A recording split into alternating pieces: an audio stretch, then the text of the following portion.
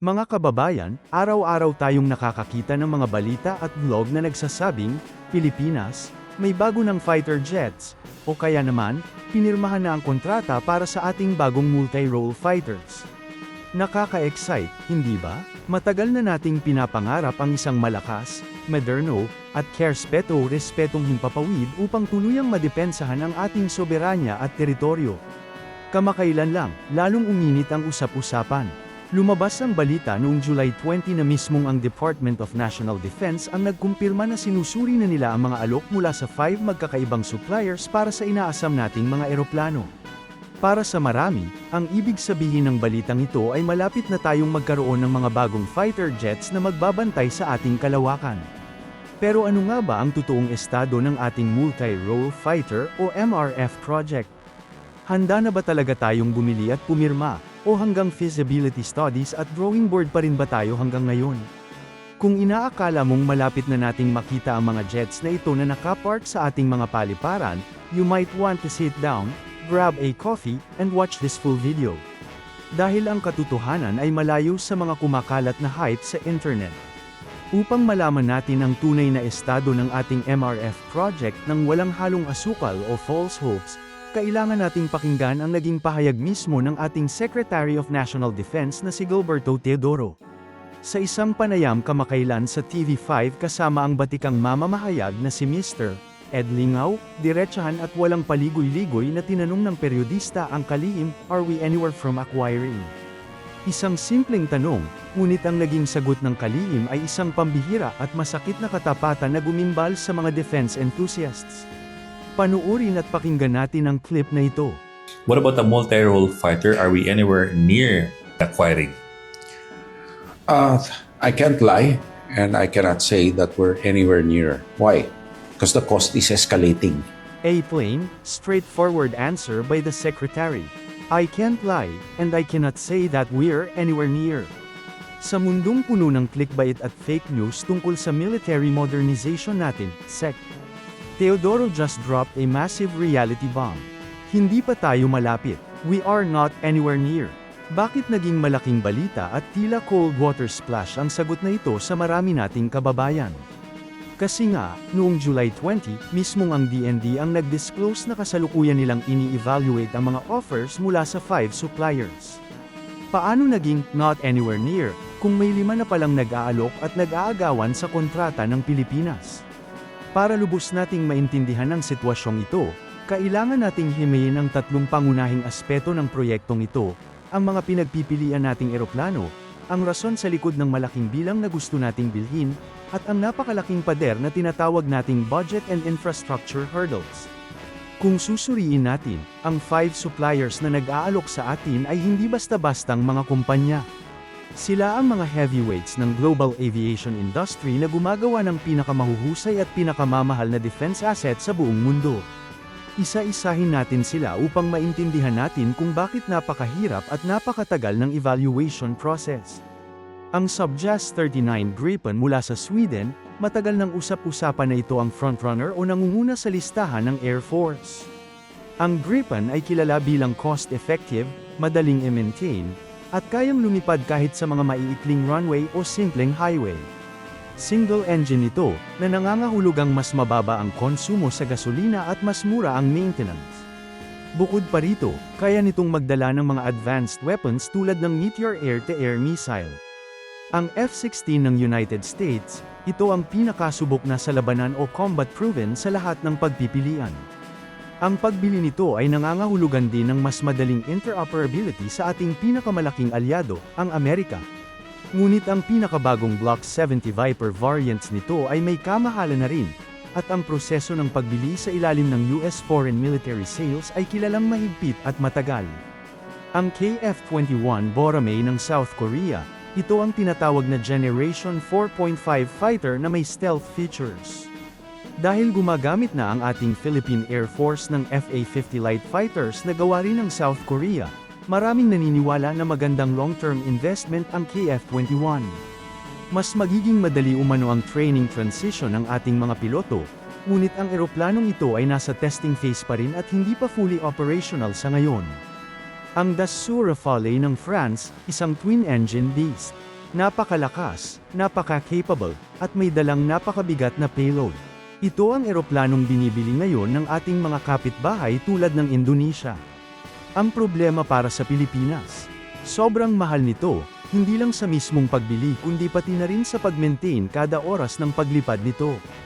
Ang Eurofighter Typhoon, katulad ng Rafale, isa rin itong twin-engine multi-role fighter na gawa ng isang konsorsyum ng mga bansa sa Europa.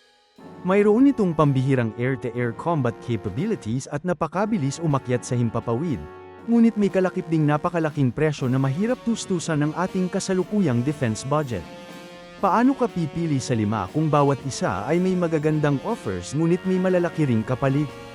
Dito pumapasok ang tinatawag nating early stage efforts. Kapag sinabi ni Sec. Teodoro na hindi pa tayo malapit, ibig sabihin, nasa masalimuot na proseso pa lang tayo ng pag-aaral kung alin sa 5 ito ang hindi lang maganda sa papel, kundi kaya nating buhayin, tustusan, at paliparin sa susunod na 30 hanggang 40 taon. Ngayon, damako tayo sa isa pang malaking dahilan kung bakit matagal ang proseso, ang bilang ng bibilhin. Ang target at agresibong push ng Philippine Air Force ay hindi lang basta 2 o 4 na eroplano. Ang plano ay makakuha ng 36 to 40 advanced fighters. Uulitin ko upang mas tumatak sa ating isipan, 36 to 40 na mga makabagong eroplano. Ito ang minimum na bilang na kinakailangan upang tuluyang mabuo ang isang credible at matatag na air defense posture. Bakit eksaktong 36 to 40? Sa military terms, ang isang squadron ng fighter jets ay karaniwang binubuo ng 12 hanggang 16 na eroplano. Upang mabantayan ang buong Pilipinas ng maayos, kailangan natin ng hindi bababa sa 3 squadrons. Isang squadron na nakatutok sa Northern Luzon at West Philippine Sea. Isang squadron na nakabantay sa Visayas at Palawan area. At isa pang squadron na nakalaan para sa Mindanao at sa ating southern borders. Kapag pinagsama-sama mo yan, aabot talaga tayo sa 36 to 40 units. Ang pagbili ng ganito karaming multi-role fighters ng sabay-sabay o kahit pa in phases ay isang napakabigat na desisyon para sa anumang bansa, lalo na sa isang umuunlad na nasyong tulad natin. At dito na tayo papasok sa pinakamalaking hadlang sa lahat, ang realidad ng pera at infrastruktura.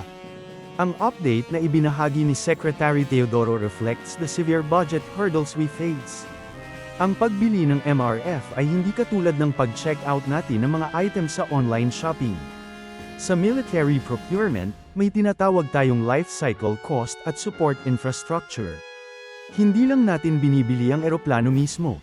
Upang magamit ng tama ang 36 to 40 fighters na ito, kailangan nating gastusan ang mga sumusunod. Mga advanced weapons tulad ng smart bombs, radar-guided missiles, at targeting pods. Walang kwenta ang magandang eroplano kung wala itong dalang tamang bala. Mga spare parts na magsisiguro na hindi lang nakaparada ang mga jets na ito kapag may nasirang pyesa. Intensive training para sa ating mga piloto at ground crew. Ang paglipat mula sa pagpapalipad ng light fighters papunta sa isang full-blown multi-role fighter ay nangangailangan ng daan-daang oras ng simulator at actual flight training sa ibang bansa. At ang pinakamadalas makalimutan, ang mismong base militar. Hindi natin pwedeng i-park ang mga bilyon-bilyong pisong eroplanong ito sa ilalim lang ng puno o sa mga lumang hangar na tinutulo ng ulan. Kailangan nating magtayo ng mga climate-controlled shelters, matitibay na bunkers, at modernong radar integration facilities sa ating mga air bases. Lahat ng mga requirement na yan ay kailangang pagkasyahin sa budget ng ating gobyerno. Gustuhin man natin na magkaroon ng 36 to 40 fighters bukas din, the logistical and financial reality is monumental. Kung hindi sapat ang pondong nakalaan sa pambansang kaban, maaaring mangailangan ng gobyerno na pumasok sa mga foreign loan agreements o multi-year obligational authority, na nangangailangan na naman ng napakahabang diskusyon, debate sa Kongreso, at pagsusuri ng Department of Finance.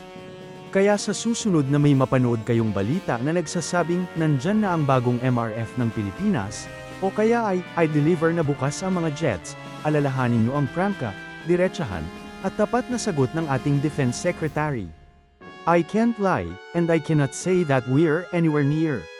Isang malaking hakbang at positibong development na ang Department of National Defense ay opisyal nang nag-i-evaluate ng mga alok mula sa 5 suppliers. Nakikita natin na seryoso at determinado ang pamahalaan na mapunan ang pangangailangan ng Philippine Air Force. We are doing the essential groundwork.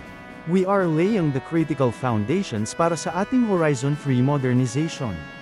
Pero ang aktwal na pagbili, paggawa, at pag-deliver ng mga makabagong eroplanong ito. It is a long game. A very long and expensive game. Mas mabuti na ang ganitong katapatan mula sa ating mga opisyal, kaysa umasa tayo sa mga pangakong madaling napapako. Sa usapin ng pambansang seguridad, walang shortcut. Kailangan nating maging mapanuri sa mga impormasyong nakikita natin online, maging pasensyoso sa takbo ng procurement law, at patuloy na suportahan ang tamang proseso para sa ikalalakas ng ating sandatahang lakas. Hanggang dito na lamang ang ating malalim na pagsusuri sa tunay na estado ng ating MRF project. Maraming salamat sa inyong panunood, at patuloy tayong maging matasmata sa mga isyong nagtatanggol sa ating bayan. Mabuhay ang Pilipinas!